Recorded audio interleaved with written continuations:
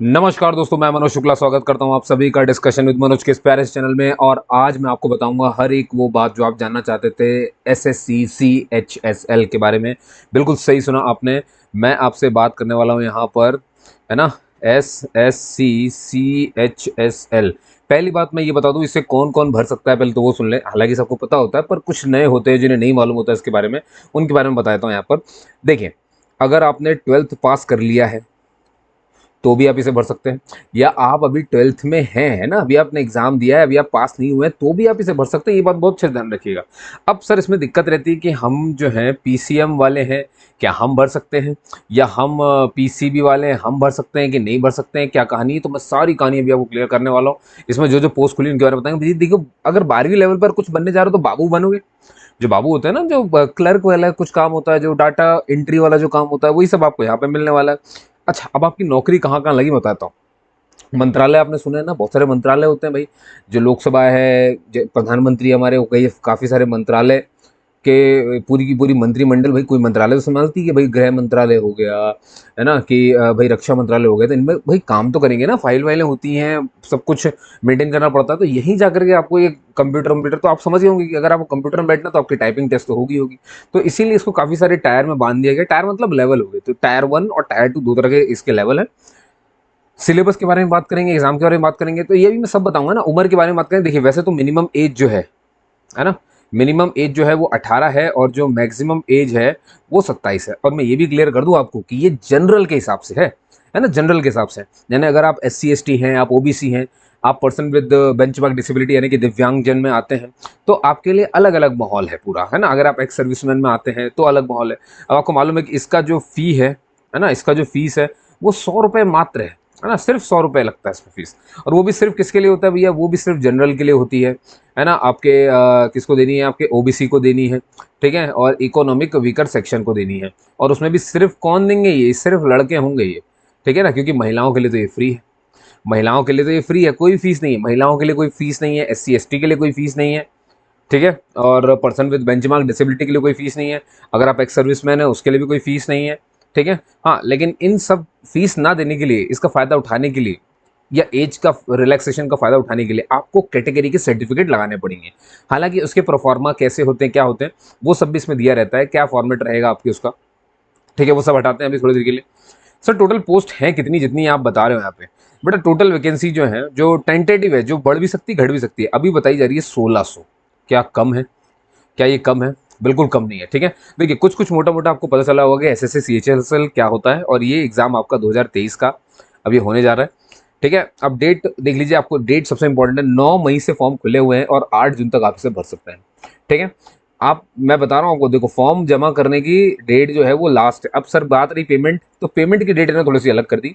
अगर आपको online payment करना है तो कोई दिक्कत नहीं, अगर आप 8 जून तक फॉर्म भर चुके हो लेकिन पेमेंट नहीं हुए, तो आप 10 जून तक पेमेंट कर सकते हो। लेकिन कुछ लोग जो होते हैं ऑनलाइन पेमेंट नहीं कर पाते, ऑफलाइन चालान लगाते हैं। तो भैया आपको पहले तो जनरेशन, यानी कि ऑफलाइन को, जो ऑफलाइन चालान है आपको, वो आपको जनरेट करना पड़ेगा। तो 11 जून को जनरेट कर लीजिए, और 12 जून आखिरी तारीख है, उससे पहले पहले इसे भर देना। अब सर क्या करें, हमसे तो कुछ गलती हो गई, डेट ऑफ बर्थ गलत भर गया, सब भर गया, फॉर्म भी भर गया, फीस भी सबमिट हो गया, अब क्या करें? तो इसीलिए इन्होंने एक विंडो दे दिया, window for application form correction. अगर आपको करेक्शन करना हो, है ना, तो ये विंडो कब खुलेगी? तो आपको उसके लिए थोड़ा सा वेट करना पड़ेगा। 8 जून भी बीत चुकी होगी, 11 12 जून, 14 तारीख को ये विंडो ओपन होगी और 1 दिन तक रहेगी पूरे, है ना। आप देख रहे हैं ना, पूरे 24 घंटे तक ये ओपन रहेगी। 24 घंटे के अंदर जो भी आपको करेक्ट करना हो, जो भी गलत हो गया उसको सही कर लीजिए, है ना। हो सकता है सरनेम में आप कुमार लिखते हैं, प्रसाद लिखते हो, है ना, या कुछ गलत हो गया हो, माँ के नाम की स्पेलिंग गलत हो गई हो, 10th के बोर्ड में कुछ और रही हो, है ना, और यहाँ पे कुछ और आके अलग होगी, तो जो भी दिक्कत होगी वो आप 14 से 15, यानी 14 15 की तारीख को ही ठीक कर लेंगे, याद रखिएगा। उसके बाद ये विंडो बंद हो जाएगा। अब आपका एग्जाम को ना कब होना है ये आपको दिमाग में आ रहा होगा। तो देखिए, टायर 1 का जो एग्जाम है, देखिए दोनों एग्जाम हमारे कंप्यूटर पर ही होने हैं, ठीक है। तो पहला जो आपका टायर 1 होना है वो होगा आपका अगस्त 2023 को। और टायर 2 कब होना है इसके बारे में कोई डेट नहीं लिखी है, बता दिया गया है टू बी नोटिफाइड लेटर, यानी धीरे से और बाद में बताया जाएगा। तो ठीक है, जब बताया जाएगा तब देखेंगे। फिलहाल के लिए आगे बढ़ते हैं। क्या इतना मोटा मोटा क्लियर हो गया? चलिए शाबाश। अब यहाँ देखिए जरा, सर कौन से ग्रुप में ये जॉब आएगी? बेटा आपकी जॉब रहेगी ग्रुप C, ठीक है ना। अब पोस्ट का नाम सुन लीजिए, लोअर डिविजनल क्लर्क, कोई बाबू के बारे में बात कर रहा था मैं। और एक और होती है जूनियर सेक्रेटरीट असिस्टेंट, सेक्रेटरीट के जूनियर असिस्टेंट होते हैं, उन्हें जूनियर सेक्रेटरीट असिस्टेंट कहते हैं। एक आता है डाटा एंट्री ऑपरेटर, है ना, ये तो हो गया लोअर डिविजनल, ये क्लर्क हो गया, नाम समझ में आ रहा है बाबू, हो गए। ये डाटा एंट्री एंट्री का काम रहता है इनका, डाटा एंट्री ऑपरेटर। कहाँ नौकरी मिल रही है सर? मिनिस्ट्री में या किसी विभाग में मिलेगी। ऑफिस कोई गवर्नमेंट ऑफ इंडिया का है तो उसमें नौकरी लग जाएगी। कोई जो संवैधानिक हमारी निकाय होगी, संवैधानिक बॉडी जो होती है हमारी, उनमें आपको लग जाएगी। कोई कानूनी बॉडीज होंगी उनमें लग जाएंगी, है ना, कोई ट्रिब्यूनल होगा उनमें लग जाएगी। तो जॉब आपकी ऐसे कहीं पर लगती है, ठीक है। पे स्केल आप मैं बता दूं आपको कि अगर आप लोअर डिविजनल क्लर्क बनते हो, यहाँ देखो जरा, अगर आप लोअर डिविजनल क्लर्क बनते हो या जूनियर सेक्रेटरीट असिस्टेंट, है ना, तो आपकी तनख्वाह कुछ इतनी है, ये आपको दिख गया होगा। और अगर आप डेटा एंट्री ऑपरेटर बनते हो तो भैया 25,000 से आपकी तनख्वाह शुरू होगी और 81,000 तक चलेगी, मतलब इतना रिटायरमेंट तक होगी। शुरुआत इतने से हो जाएगी, इतनी रिटायरमेंट तक हो जाएगी, है ना। चलिए बहुत बढ़िया। 16 वैकेंसी हैं, ये बता दिया है मैंने आपको, है ना। रिजर्वेशन भैया सबके लिए रहता ही है, SC ST OBC के लिए, इनके लिए अलग अलग पूरे पायदान हैं। और यहाँ पर ये बताया गया है कि जैसे कि डाटा एंट्री ऑपरेटर जो ग्रेड A है ना, इन अदर डिपार्टमेंट्स, और एक और होगा, है ना, ये यहीं पर। तो ये बताया जा रहा है कि भैया कौन कौन से फिजिकली हैंडीकैप लोग इसे अप्लाई कर सकते हैं। जैसे मान लीजिए कि अगर आपका फंक्शनल रिक्वायरमेंट, आप सेटिंग कर पाते हैं, है ना, राइटिंग कर पाते हैं, और भी ऐसे कुछ काम है जो भी है यहाँ पर लिखे हुए हैं। अगर आप इनमें से कोई भी चीज़ कर पाते हैं, हम मतलब हैंडीकैप लोग के लिए, वो इसका फुल फॉर्म अच्छे से समझते होंगे। इसका फुल फॉर्म हालांकि नीचे भी लिखा रहता है, ठीक है, हम उस पर नहीं जा रहे हैं, ठीक है। मेरा मुद्दा बस आपको बताना है कि अगर आपके पास ये फंक्शनल है तो आप भर सकते हो, ठीक है। तो ये सबके लिए है, ये अभी खास बात नहीं है इसमें। अब ये सिटीजनशिप के लिए, एज के लिए मैंने आपको बता दिया 18-27। लेकिन सर कभी कभी हमें दिक्कत हो जाती है, हमको निकालना पड़ता है और हम समझ नहीं पाते कि हम वाकई में 27 साल से ऊपर तो नहीं हो गए या हम 18 साल से कम तो नहीं है। तो इसका सबसे अच्छा तरीका मैं बताता हूँ आपको। आप ना ये जो लिखा रहता है ना, ये डेट लिखते, देखो ये ना, आपको अपनी डेट ऑफ बर्थ लेनी है, ले लिया आपने, आप उसको इसके और इस डेट के बीच में रखिए। कहने का मतलब साफ साफ लिखा है कि आप 2 अगस्त 1996 से पहले पैदा नहीं हुए होने चाहिए। इसका मतलब ये होता है, अगर कोई पैदा हुआ है 1/8/1996, वो एलिजिबल नहीं है। 2/8 को पैदा हुआ है वो एलिजिबल है। 2/8 से लेकर के, ये देखिए, अगर कोई 1/8/2005 को ही पैदा हुआ है वो भी एलिजिबल है।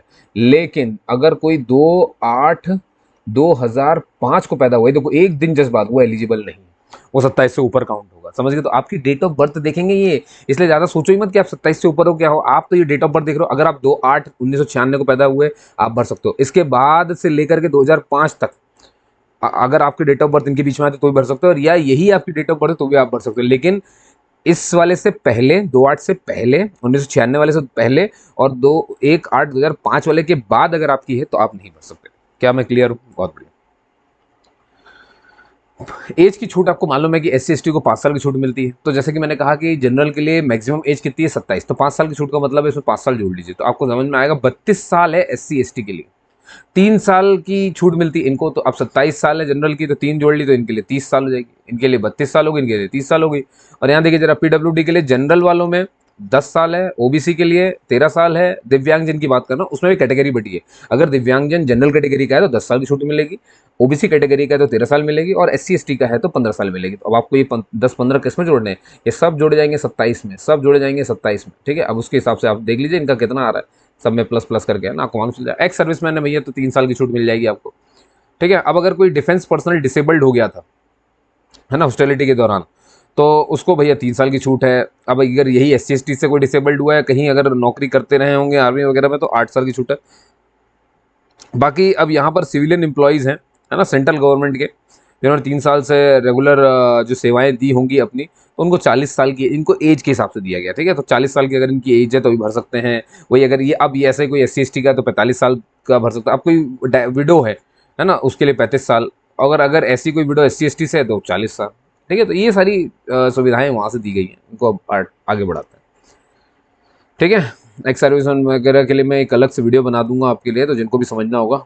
अब यहाँ देखिए भैया, सीधी सी बात है, आप अगर SC ST OBC economic weaker section, person with benchmark disability, अगर आप इनमें से किसी भी कैटेगरी का फ़ायदा उठाना चाहते हैं तो आपको जो सर्टिफिकेट है ना, उसको क्या करना है, ये देखिए, ये डेट है, इसके हिसाब से आपका होना चाहिए, इसके, है ना, इस डेट तक का आपका मान्य होगा, ये ध्यान रखना है। चलिए बहुत बढ़िया। इससे पहले पहले ही बना हुआ होना चाहिए आपका, ये बताना चाह रहे हैं, ये एक तरह से डेडलाइन है, ठीक है। अब देखिए क्या होता है कि भैया अब जो person with benchmark disability, person with benchmark disability में हालांकि आरक्षण क्या बोला जाता है कि किसको डिसेबल माना जाता है, इसमें किसको दिव्यांगजन माना, जिसको 40% मिनिमम है ना अपंगता होनी चाहिए।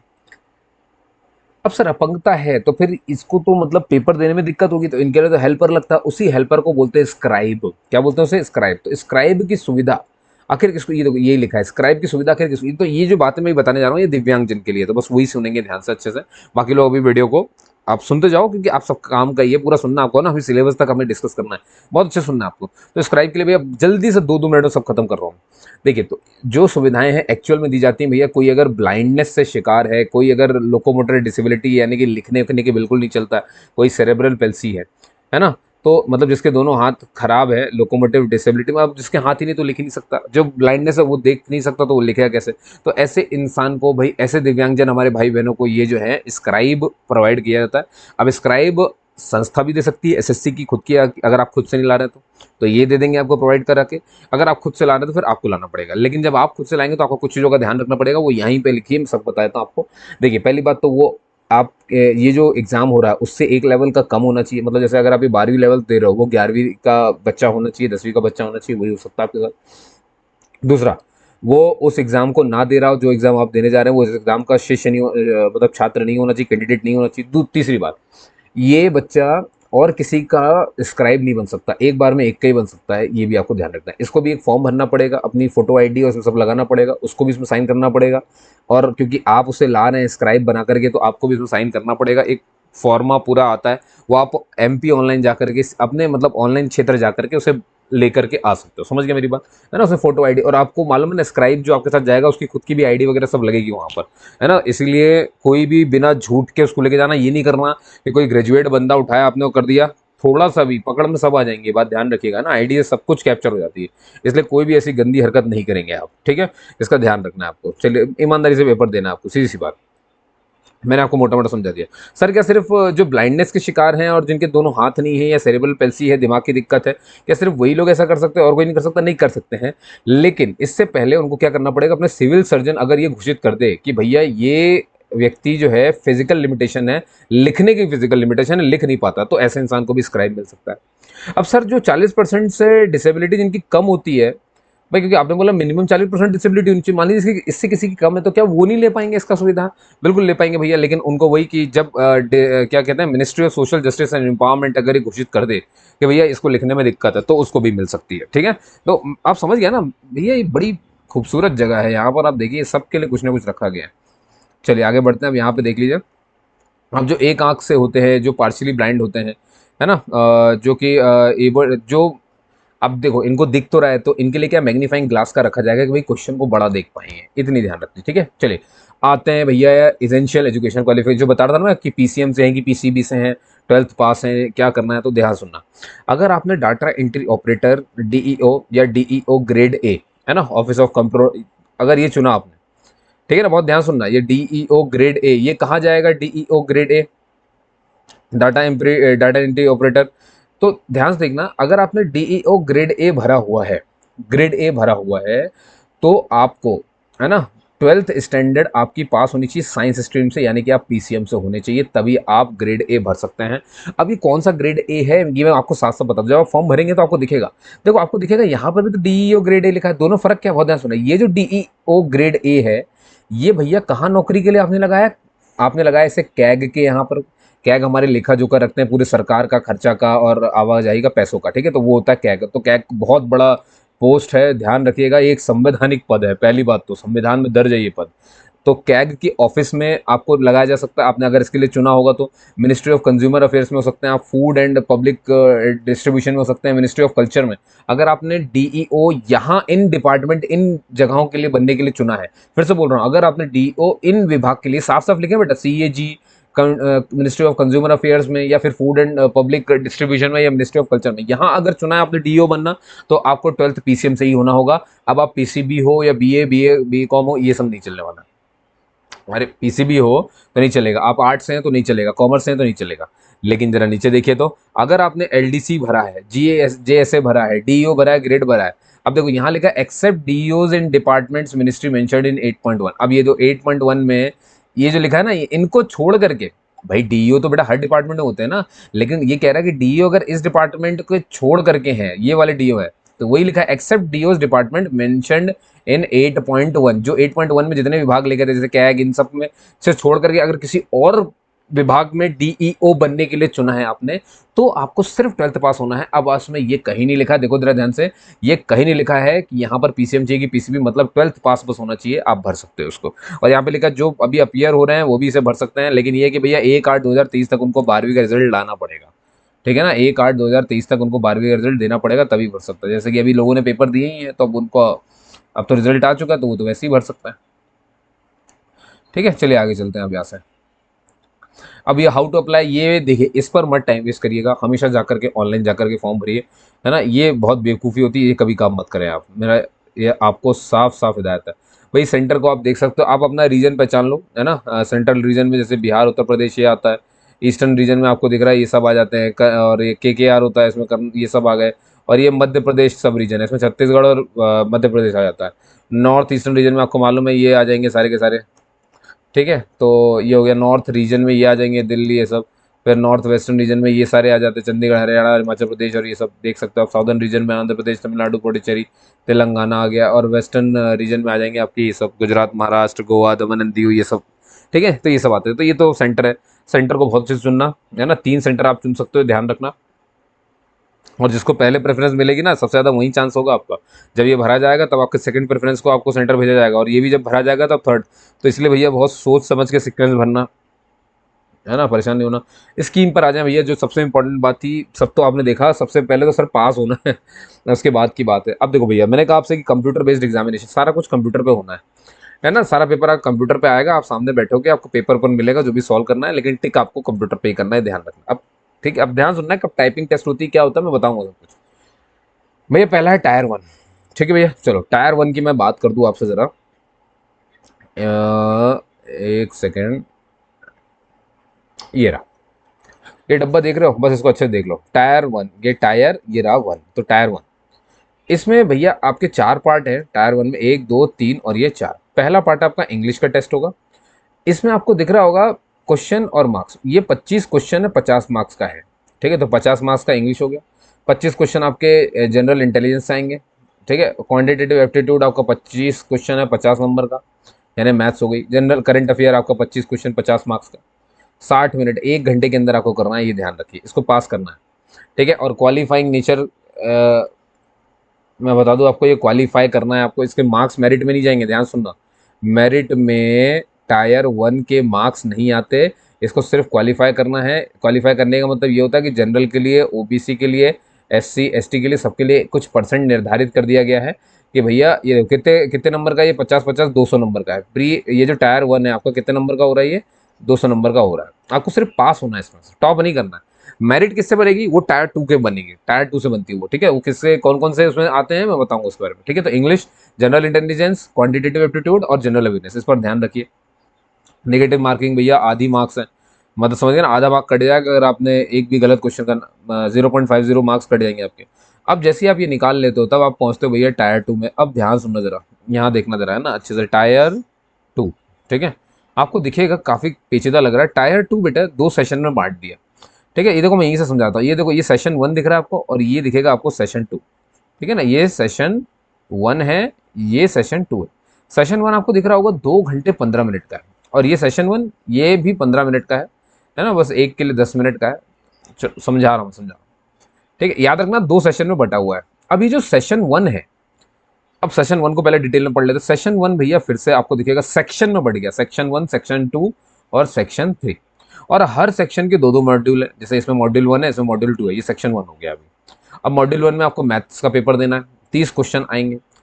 मॉड्यूल 2 में आपको रीजनिंग पूछी जाएगी और जनरल इंटेलिजेंस आएंगे, 30 क्वेश्चन आएंगे, टोटल 60 क्वेश्चन हो गए, एक क्वेश्चन 3 नंबर का है, टोटल मार्क्स 180, मतलब आपका सेक्शन 1 कितने मार्क्स का हो गया भैया, 180 मार्क्स का हो गया, है ना। अच्छा, अब याद रखना इस सेक्शन के लिए भी आपको 1 घंटा मिलेगा, फिर सेक्शन 2 के लिए भी आपको 1 घंटा मिलेगा। कितने घंटे हो गए भैया, 2 घंटे हो गए। अब देखो यहाँ 2 घंटे तो हो गए, लेकिन एक 15 मिनट और है, तो 15 मिनट में आपको ये कंप्यूटर नॉलेज, ये 15 मिनट का है आपका, है ना, ये भी 1 घंटे का है। अच्छा, अब ये सेक्शन 2 आ गया, इसमें भी 2 मॉड्यूल है, मॉड्यूल 1 मॉड्यूल 2। तो इसके मॉड्यूल 1 में आपको इंग्लिश का पेपर देना है, मॉड्यूल 2 में आपको जनरल अवेयरनेस करंट अफेयर देना है। 40 क्वेश्चन इंग्लिश के रहेंगे, 20 क्वेश्चन आपके जनरल अवेयरनेस, 60 क्वेश्चन हो गए, 3 इंटू 180। तो ये भी 1 घंटे का है और 180 मार्क्स का है। ठीक है, अब नीचे आइए, आपको दिखेगा यहाँ पर क्वेश्चन का संख्या सिर्फ 15 है और एक क्वेश्चन 3 मार्क्स का 45 नंबर का हो गया, तो ये 45 नंबर का है। क्लियर हो रही बात है, 15 मिनट मिल रहे हैं आपको। ठीक है, इसमें हो गया रहा है कंप्यूटर नॉलेज, है ना, कंप्यूटर नॉलेज। अब आप देखोगे कि सर हर सेक्शन के 2-2 मॉड्यूल थे, इस सेक्शन का एक ही मॉड्यूल दिख रहा है, एक मॉड्यूल का है। अब वो जो सेक्शन 3 है ना, इसका मॉड्यूल 2 जो है उसको इन्होंने क्या किया, सेशन 1 में नहीं रखा, है ना, सेशन 1 में नहीं रखा, इसको ही सेशन 2 में रख दिया है। तो मतलब सेक्शन 3 का जो मॉड्यूल दूसरा था, दूसरा मॉड्यूल है, वो सेशन 2 में रख दिया गया। और इसमें आप देखोगे, देखो इसमें यहाँ पर सेक्शन 3 में क्या रखा है, कंप्यूटर नॉलेज टेस्ट है, मतलब सब कंप्यूटर पे आएगा, ऑप्शन 4 वो चुनना है। लेकिन अब आप यहाँ देखो जरा, स्किल टेस्ट आ गया है। तो सेक्शन 3 का जो मॉड्यूल 2 है ना, वो स्किल टेस्ट से जुड़ा हुआ है। अब स्किल टेस्ट आपको मालूम है, जिन्होंने भैया, अब मालूम है 2 तरह के डीईओ थे भैया, एक डीईओ भैया जो डिपार्टमेंट मिनिस्ट्री इन सबको चुन रहे थे, एक डीईओ जो एक्सेप्ट डिपार्टमेंट और मिनिस्ट्री को चुन रहे हैं। तो दोनों को अलग अलग देना है, बस पोस्ट अलग अलग है। अब सर जो जिन्होंने एलडीसी चुनी थी वो कहाँ गए बेटा, उनके लिए इसी में पार्ट सी पड़ा हुआ है, ये रहा, ये एलडीसी वाले, इनको टाइपिंग टेस्ट देनी है, इनके लिए 10 मिनट है सिर्फ, समझ गए। अच्छा, मैं एक चीज़ बच्चों तुम्हें साफ बता दूं, जो तुम्हारा सेक्शन 3 है ये सिर्फ क्वालिफाइंग नेचर का है ना, इसको सिर्फ आपको क्वालिफाइंग करना है। क्वालिफाइंग करने का मतलब सर तो फिर बचा क्या, अगर सेक्शन 3 पूरा क्वालिफाइंग है तो सेक्शन 3 का एक हिस्सा यहाँ, एक हिस्सा तो सेशन 2 में है, तो मतलब सेशन 2 भी क्वालिफाइंग ही हो गया ऑटोमेटिकली, क्योंकि सेक्शन 3 पूरा का पूरा क्वालिफाइंग है ना। तो सेक्शन 3 में आने वाले मॉड्यूल 1 मॉड्यूल 2 दोनों के दोनों कैसे होंगे, क्वालिफाइंग होंगे। तो इसका जो मॉड्यूल 2 है सेशन 2 में आता है, तो मतलब ये क्वालिफाइंग का हो गया। मतलब बेटा सारा खेल सिर्फ सेशन 1 का है, सारी मेरिट लिस्ट सिर्फ सेशन 1 से बनेगी। और सेशन 1 में भी कौन बेटा, सेक्शन 1 और सेक्शन 2, सेक्शन 1 और सेक्शन 2 यही दो है। ध्यान सुनिएगा, मेरिट लिस्ट बेटा सेक्शन 1 एंड सेक्शन 2 से बनेगी, इसी में आपको सबसे ज़्यादा मार्क्स लेकर के आना है, ध्यान रखना, है ना। ये देखो, ये इससे मतलब नहीं है कंप्यूटर के नॉलेज के टेस्ट से, ये तो सिर्फ क्वालिफाइंग है, पास होना पड़ेगा। अच्छा एक चीज़ और सुनो, यही बता दूं मैं, ये सारा कुछ एक ही दिन में हो जाएगा बेटा, टायर 2 पूरा एक ही दिन में होगा, सेशन 1 सेशन 2 सब एक दिन में हो जाएगा, सब खत्म होगा पूरा। लेकिन इसकी कंडीशन है, पहले आपको सेक्शन 1 और सेक्शन 2 पास करना पड़ेगा, ऑटोमेटिकली वहां पे आ जाएगा कि आप पास हुए कि फेल हुए। ये आप जब पास कर लेंगे तब आपको ये, है ना, मतलब ये देखो सेक्शन 1 पूरा पास करना होगा, सेक्शन 2 पूरा पास करना होगा, हर सेक्शन में अलग अलग पास होना पड़ेगा, ध्यान रखना। सेक्शन 1 भी पास करना है, सेक्शन 2 भी पास करना है। जब ये दोनों मिलकर के पास हो जाएंगे, मतलब जब ये दोनों पास कर लोगे आप, तब आपको इस सेक्शन 3 के लिए भेजेंगे। अगर आप यहीं पर पास नहीं हुए तो सेक्शन 3 आप नहीं जाओगे, तो समझ गया ना। तो सेक्शन 1 सेक्शन 2 बहुत इंपॉर्टेंट है, हर सेक्शन में अलग अलग पार भी होना है, ओवरऑल भी पार होना है। तो बड़े पेचीदा लगते हैं यहाँ पे लोगों को, लेकिन मैंने आपको समझाने की कोशिश किया है। आप दोबारा यहाँ से वीडियो सुन लेना, आपको समझ में आ जाएगा। ठीक है, अभी के लिए मैं चलता हूँ आगे की तरफ। ठीक है, तो यही मैं बता रहा था आपको, देखो जरा हर सेक्शन, है ना भाई, इस 3 सेक्शन है ना बेटा, तो सेशन 1 में सेक्शन 1 सेक्शन 2 और सेक्शन 3, और सेशन 1 ये यहीं तक है, बस मॉड्यूल 1 तक। ठीक है, ये हो गया सेशन 1। इसके बाद तो सेशन ये 2 आ जाएगा, ठीक है, उसमें मॉड्यूल 2 आ जाता है। मैंने आपको बताया सेक्शन 3 जो है पूरा का पूरा क्वालिफाइंग है, ठीक है, और सारी मेरिट लिस्ट आपकी इन्हीं दोनों से बननी है। मेरिट लिस्ट इन दोनों को आपको अलग अलग पास होना पड़ेगा, इन दोनों को पास हो जाओगे, जब लिखा आएगा तब आपको सेक्शन 3 देने को मिलेगा। अब सेक्शन 3 क्वालिफाइंग है, मतलब पास तो करना ही पड़ेगा, है ना, इसके बस मेरिट लिस्ट में इसकी एंट्री नहीं है, ये ध्यान रखना, लेकिन पास करना ही करना है, ध्यान से सुनना मेरी बात, है ना, तभी आगे बात बनेगी। अब देखो स्किल टेस्ट और ये सब तो सबको ही देना भैया, ठीक है। अब ये कैसे क्या होना तो मैं बताता हूँ, देखो। अच्छा, पूरे टायर 2 में याद रखना 1 मार्क गलत हो जाएंगे, 1 मार्क कट जाएंगे अगर आपने एक भी रॉन्ग आंसर चुन दिया, इसलिए भैया बहुत सोच समझ के करना है इस बात को। ठीक है, यहाँ पे यही सब लिखा हुआ है, कौन कौन से क्वालिफाइंग है, देखो मैंने जो बता दिया उस पर ध्यान रखना। अब ये बोल रहा है क्या, जो सेक्शन 3 का मॉड्यूल 1 है वो क्वालिफाइंग है, तो मैंने आपको पहले बता दिया पूरा सेक्शन 3 ही क्वालिफाइंग है भैया, उसका मॉड्यूल 1 मॉड्यूल 2 दोनों, है ना, दोनों क्वालिफाइंग नेचर का है। अब चलिए बात करते हैं सर कि कितनी स्पीड चाहिए, वो ध्यान सुनना, है ना। अब ध्यान सुनो, देखो याद है ना, सेक्शन 3 मॉड्यूल 2 याद है कि भूल गए, है ना। टाइपिंग टेस्ट की बात हुई थी ना, पार्ट ए याद करो, पार्ट बी और एक और आएगा पार्ट सी। तो ये पार्ट ए है, ये कौन है भैया, डीईए ग्रेड ए, जो कि डिपार्टमेंट और मिनिस्ट्री को चुनते हैं। तो जब इनको टाइप करना ना, तो इनकी स्पीड इतनी होनी चाहिए 15,000 की डिप्रेशन पर आवर, 1 घंटे में 15,000 डिप्रेशन सही होना चाहिए, ये ध्यान रखना है। ये डिप्रेशन का मतलब क्या होता है ये मैं बाद में कभी बताऊंगा आपको, पर अभी आपको ध्यान रखना है। ठीक है, अगर आप टाइप करते रहेंगे तो आपको मालूम होगी ये चीज़, नहीं मालूम होगी तो हम ये किसी और वीडियो में बाद में देखेंगे। फिलहाल के लिए इतना ध्यान रखिए। अगर आपने डीईओ अदर देन ये डिपार्टमेंट, जो डिपार्टमेंट मिनिस्ट्री, इनको छोड़ करके अगर कहीं और बनने को चुना है, तो आपको 8,000 की डिप्रेशन के साथ आपको टाइप करना है, ध्यान रखना। आपको एक कागज मिलेगा, उस कागज को देख करके आपको कंप्यूटर पे टाइप करना होता है, ये आपको ध्यान रखना है। ठीक है। अब जिन्होंने भैया पार्ट सी यानी कि जो एलडीसी जिन्होंने भरा था, तो इनके लिए टाइपिंग टेस्ट है। तो या तो ये हिंदी में लिखेंगे या तो इंग्लिश में लिखेंगे। ठीक है, इनके लिए डिक्टेशन होगा, डिक्टेशन होगा कि नहीं वो देखना पड़ेगा। ठीक है, हिंदी में या तो इंग्लिश में करेंगे। हिंदी की टाइपिंग इनको 30 वर्ड्स पर मिनट में करनी है और इंग्लिश की टाइपिंग इनको 35 वर्ड्स पर मिनट में करके दिखानी है। ठीक है, कोई भी एक करनी है, ध्यान रखना, और लिखा हुआ है कोई भी एक, दोनों नहीं करनी, कोई भी एक करनी है आपको। तो आपने जो भी चुना होगा उसके हिसाब से काम बन जाए, और 10 मिनट के अंदर ये सब करके दिखाना पड़ेगा, ध्यान रखना। ठीक है ना। और जो विजुअली हार्ड है सुनने में, उनके लिए तो भैया डिक्टेशन होगा। तो मेरे ख्याल से आप मोटा मोटा समझ गए होंगे भैया। मैं फिर से आपको समझा देता हूँ, देखो भैया, टायर 1 होगा बेटा, ठीक है, वो निकालना पड़ेगा। अच्छा, एक चीज़ और याद रखिए, टायर 1 टायर 2 दोनों के लिए एक क्वालिफाइंग, है ना, परसेंटेज डिसाइड किया गया है कि कितना में इनको आपको पास माना जाएगा। ठीक है, तो जरा मैं, और ये सिलेबस है टायर 1 का, इंग्लिश में क्या क्या आएगा, एंटोनिम सिनोनिम्स ये सब, जनरल इंटेलिजेंस में क्या आएगा ये सब बताया गया है यहाँ पर। ठीक है, और नंबर सिस्टम आएगा, फंडामेंटल अलजेब्रा, ज्योमेट्री, मेंसुरेशन, ये सब 10th लेवल का आपको पढ़ना है, याद रखना पूरा का पूरा। स्टैटिस्टिकल चार्ट, ये देख रहे हो, पॉलीगन, बाया, हिस्टोग्राम, फ्रीक्वेंसी। जनरल अवेयरनेस भैया दुनियादारी के करंट अफेयर पढ़ने होते हैं, ये ध्यान रखना होता है। और ये indicative syllabus of tyre 2, tyre 2 में देख लो, ये जरा नंबर मैथ्स मालूम है ना, मॉड्यूल 1 सेशन 1, मतलब मैथ्स देखो, सीधे मैथ्स में नंबर सिस्टम, फंडामेंटल, वही सारी चीज़ें हैं भैया, वही सारी चीज़ें। ठीक है, यहाँ तक खत्म हो जाता है पूरा मामला। और रीजनिंग में ये सब आ जाता है, एनालॉजी, सिलॉग्स, फिगरल क्लासिफिकेशन, है ना, सिंबॉलिक ओरिएंटेशन। ठीक है, और अनफोल्डिंग, फोल्डिंग, दुनियादारी के सारे काम। ठीक है, और ये इंग्लिश वगैरह तो भैया सबसे महान ही है।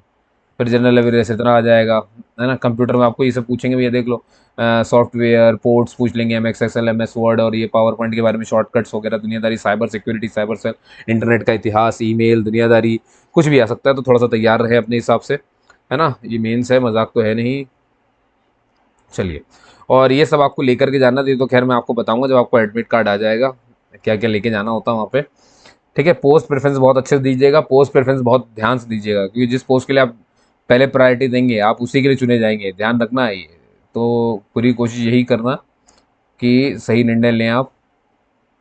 और ये रहा भैया, अगर आपको टायर 1 भी पास करना है और टायर 2 भी आपको पास करना है, जनरल वाले हैं अगर आप, तो आपको 30% नंबर लाने पड़ेंगे, ओबीसी ईडब्ल्यूएस वाले तो 25% नंबर लाने पड़ेंगे, और बाकी कैटेगरी को 20% नंबर लाने पड़ेंगे। ठीक है ना, समझ गए ना। तो मतलब जितना भी टोटल मार्क्स हो उसका 30%, उसका 30% अगर आप ले आते तो आप क्वालिफाइंग है। ठीक है, क्वालिफाइंग है भैया, ये जॉब नहीं मिल रही तो मेरिट बनेगी बाद में, है ना, क्वालिफाइंग हो गई, ये बड़ी बात है बस। तो यहाँ पे यही सब लिखा हुआ है। आपको देखो हर सेक्शन में 3 जो टायर 2 का 3 सेक्शन हो रहे हैं ना, 3 सेक्शन है ना, सेक्शन 1, सेक्शन 2, सेक्शन 3, उन सब में आपको अपीयर होना पड़ेगा। ठीक है, सारे के सारे, और ये याद रखिएगा, टायर 2 का it will be mandatory for the candidate to qualify. अच्छा, सारे सेक्शन आपको पास करने हैं। जो सेक्शन 1 सेक्शन 2 को पास करेगा वही सेक्शन 3 में जाएगा, यही बात यहाँ पर लिखी हुई है, यही मैं आपको कब से समझा रहा हूँ। अब याद रखिए, सेक्शन 3 का जो टायर 2 है, मैंने कहा था ना, वो पूरा का पूरा क्वालिफाइंग हो जाएगा, है ना। अरे मतलब टायर 2 का जो सेक्शन 3 है, उल्टा बोल गया मैं, टायर 2 का जो सेक्शन 3 है ना, उसको 2 मॉड्यूल है। एक सेशन 1 में आ जाता है, एक सेशन 2 में आ जाता है। सेशन समझ गए हो आप, चलो ठीक है, इसको पेचीदा नहीं बनाएंगे हम। ठीक है, ये सब भी आपने देख लिया, इसकी चिंता मत करिए, मैंने आपको सब बता दिया है ना, आप बिल्कुल बेफिक्र रहें, मैंने आपको सारी जानकारी दे दी है। और दोस्तों यहाँ पर मुझे लगता है अब ये मामला पूरा रफा दफा होता है। ठीक है, तो जैसी भी आपको वीडियो लगी हो, अगर कोई भी डाउट रह गया हो तो आप मुझसे बिल्कुल कमेंट कर सकते हो। अगर आपको लगता है कुछ भी कमी है तो मुझे बताइए, तो मैं उसको पूरा करूँगा। अभी और वीडियो बनाने हैं जिनमें जा करके आपको कुछ भी समझना हो तो हम उस पर बात करेंगे, आप चिंता नहीं करें। तब तक के लिए दोस्तों, जय हिंद, जय भारत। मुझे लगता है कि एसएससी CHSL को जितना हो सका उतने आसान तरीके से प्रेजेंट किया। ठीक है, पसंद आया दोस्तों तो ज़रूर शेयर करिएगा अपने दोस्तों के साथ। तब तक के लिए जय हिंद, जय भारत, और ऐसे वीडियो के लिए जुड़े रहिए मेरे साथ, यानी कि डिस्कशन विद मनोज के साथ। सब्सक्राइब करना ना भूलें, है ना, रखें इसे अपने पास, ये आपके लिए, देखिए सिर्फ पूरी तरीके से आपके लिए, आपका प्यार ही मेरे लिए काफ़ी है। ठीक है, जय हिंद, जय भारत दोस्तों।